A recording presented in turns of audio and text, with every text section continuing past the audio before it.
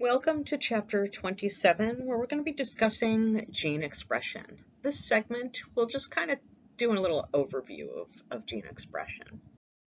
So you might be wondering what gene expression is. It's really the process where DNA directs protein synthesis with an RNA intermediate.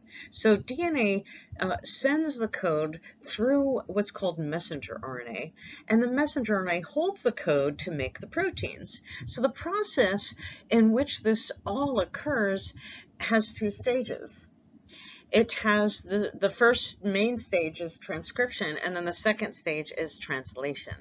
Now, proteins are important inside the cell. Proteins, remember, the cell is made out of, at least if you dried up a cell, it's made out of about 50% of protein. And proteins, remember, they have tons of different functions, which you learned in previous chapters.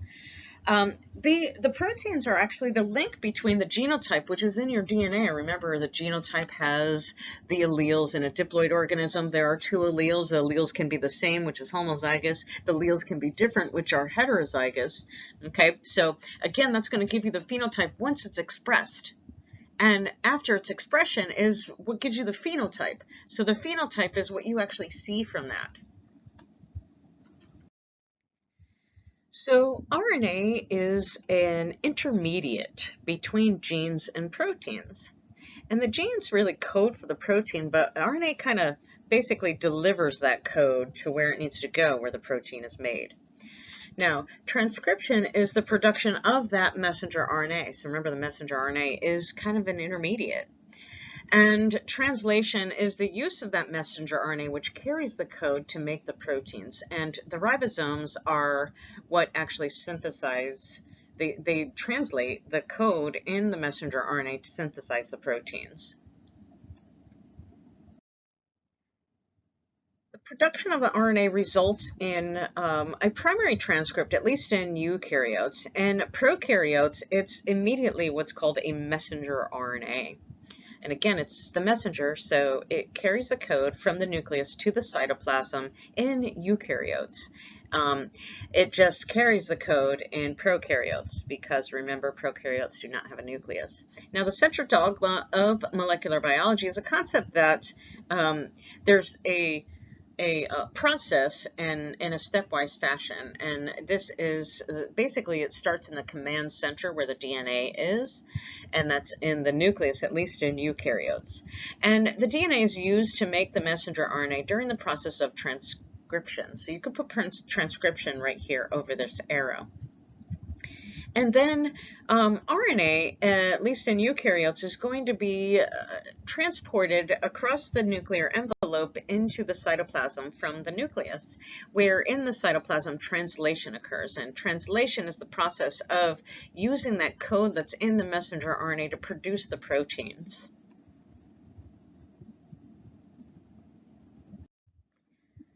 Now, I've been talking about the difference between prokaryotes and eukaryotes. Now, this is a good way to kind of visualize it. So remember, prokaryotes do not have a nucleus, so transcription is going to occur inside the cell. And remember, the DNA is in the nucleoid area or the region, often by the membrane, that the DNA is going to be located. And then, transcription is basically the same process between both of them. It's the use of a template strand of DNA, one of the strands of DNA, to create a complementary, in prokaryotes it's called the messenger RNA. In the same place, in the cytoplasm, the messenger RNA is translated by the ribosome to produce polypeptides or proteins.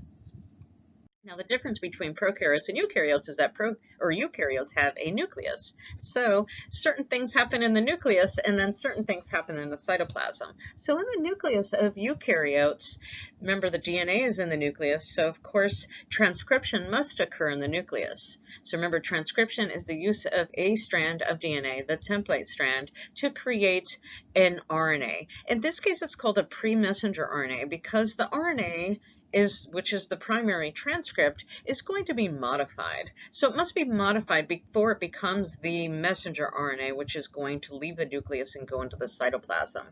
So the pre-messenger RNA is going to be modified by the process of RNA processing. So we're going to go into the details later, but there's about at least three things that occur to this pre-messenger RNA to create the messenger RNA. Once the messenger RNA is created, then the messenger RNA can leave the nucleus through the pores and go to the cytoplasm where the ribosomes will be to be able to translate that code in the messenger RNA to polypeptides or proteins. So I've been talking about this code that's in the messenger RNA. What is this code, right? So there's a special code. It's hidden in the messenger RNA. It originated in the DNA, and the code is actually used to make proteins. What is this crazy code? The genetic code can be traced back to the way proteins are made. Remember, proteins are made out of amino acids. So you might be wondering, how are the instructions made in the DNA which direct the production of proteins by assembling the amino acids into a long chain? Well, there are 20 amino acids, but there are only 4 nucleotide bases in DNA. Well, there are different combinations of bases which can code for each of the 20 amino acids. So the question was, at one point, we already know the answer to this question, is how many nucleotides actually correspond to one particular amino acid? Because remember, there's only 4 nucleotide bases, but 20 amino acids. So there must be different combinations of bases which code for one particular amino acid.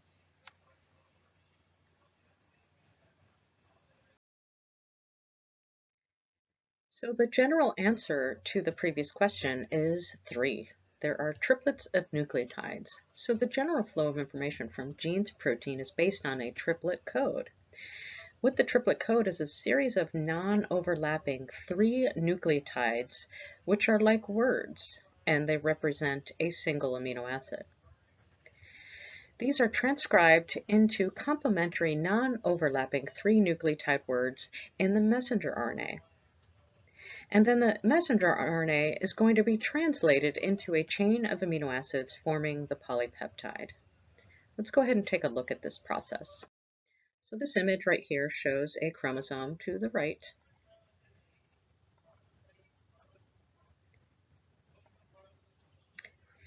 And there's a section of the chromosome which is selected for a DNA strand. So we can see it's double-stranded, anti-parallel.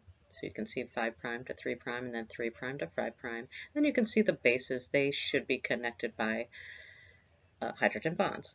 Okay, so this is the DNA strand, right? Now, you can see that the top strand is labeled the template strand. So this is the strand that is going to be transcribed. So once transcription occurs, here we're talking in general, okay? So let's assume that messenger RNA or RNA processing has occurred if this is a eukaryotic cell. But let's just look at the basic process. We have the template strand, and then after transcription, now we have a messenger RNA, in which is complementary to the template strand. So we can see the adenine should bind to the uracil, or it's complementary to it, right? So then we have the 2 cytosines. This should be guanine and guanine. Now inside the messenger RNA are the codons. Okay, so the triplet code. Each 3 bases represents, remember, a word. This is called a codon. Okay, so the codon, a single codon represents the code which directs which amino acid will go in the protein next. Okay, so every 3 bases that are non-overlapping is a codon. Once translation occurs, you can see that each of these codons code for one single amino acid. So you could say that UGG is the codon that codes for tryptophan. Okay, and this is an amino acid. And then here, UUU codes for phenylalanine. That's the next amino acid in the protein. And then UUC codes for glycine, and UCA codes for serine. Now these are the 3 base codes for each of the amino acids. This is not the full name of the amino acid, as you can see, but it is the 3-letter code for each of the amino acids. Each amino acid has a 3-letter code and a single letter code. Now let's look at the code, right? So the code can be organized in what's called a codon table. Okay, so the codon table shows each of the possible different combinations of three-letter codons, which code for each amino acids. Right, so there are 64 codons, and these were deciphered in the 1960s. So you can see along the left here, we have all the 4 possible bases. This would be the first letter in each of the codons. So you can kind of read it this way. If you know what your codon is and it starts with a U, you would look in this section right here. If you know it starts with a C, it's going to be in this row.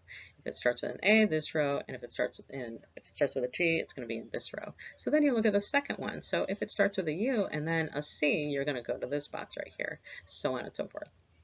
Now you can see this codon table shows each of the amino acids in their 3-letter codes, which are coded for possibly 1 or more codons. Now there are some exceptions here. So we have AUG, which actually codes for methionine. That's always the start codon. So AUG is always the start codon, and that codes for the amino acid methionine. There are no other codons that code for methionine. And then there are 3 codons that code they're called stop codons, right? So this signifies translation to stop. Okay, so the stop codon is going to be at the end of the gene so that there will be no amino acids added once the ribosome approaches a stop codon. Now, it's important to note that after we do this, that this whole table can be described as redundant and not ambiguous. It's redundant because you can see more than one codon may specify a particular amino acid. So we can see leucine right here. Leucine can be coded by 4 or 6 different codons. Okay, so 6 different codons code for the same amino acid. But it's not ambiguous, meaning that there are no codon that specifies more than one amino acid. So if there was a codon CUC in the messenger RNA of a particular gene, which is going to be used to make the protein, this is only going to code for leucine and not code for any of the other amino acids. This codon table can be used to predict the protein or the amino acid sequence in a particular protein. If you know the DNA, and of course you can transcribe it into RNA. Remember, all these are RNA, okay? So you can see uracil right here.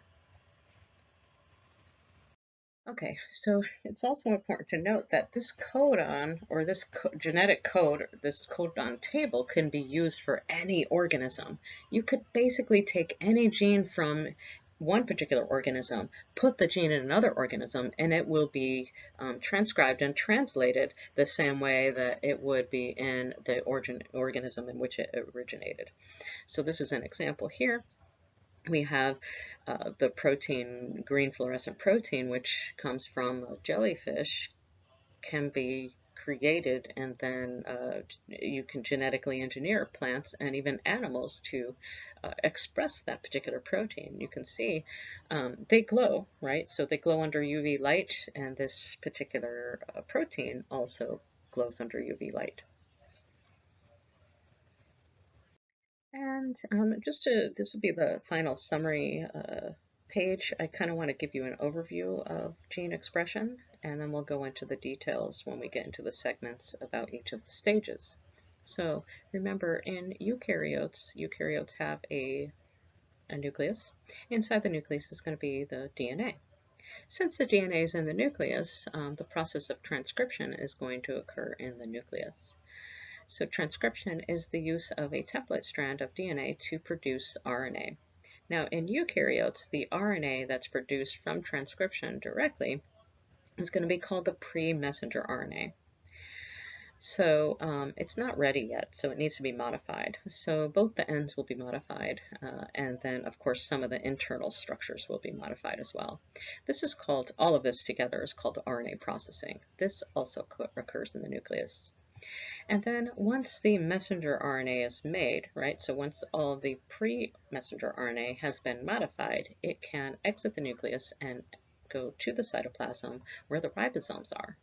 And then here the ribosomes can attach to the messenger RNA and then of course transcribe it and produce proteins. So we'll talk about this in one of the segments. It's called amino acyl transfer RNA synthetase. So this actually helps create the transfer RNAs, which are actually needed in order to produce a protein. All right, so time for all the details.